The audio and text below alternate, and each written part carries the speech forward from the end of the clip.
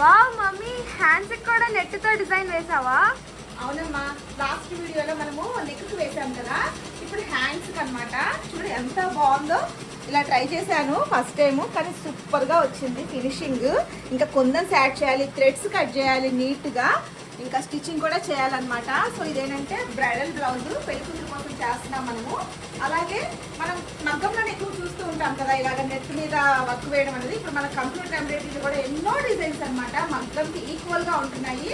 అసలు ఎంత బాగుందో కదా. చూడు ఫినిషింగ్, మనం నెట్ మీద అంతా జరీ ఎక్కువగా యూజ్ చేసి వేసామన్నమాట. మరి పెళ్లికూతురు కోసం మనం కొంచెం గ్రాండ్గా తయారు చేయాలి కాబట్టి.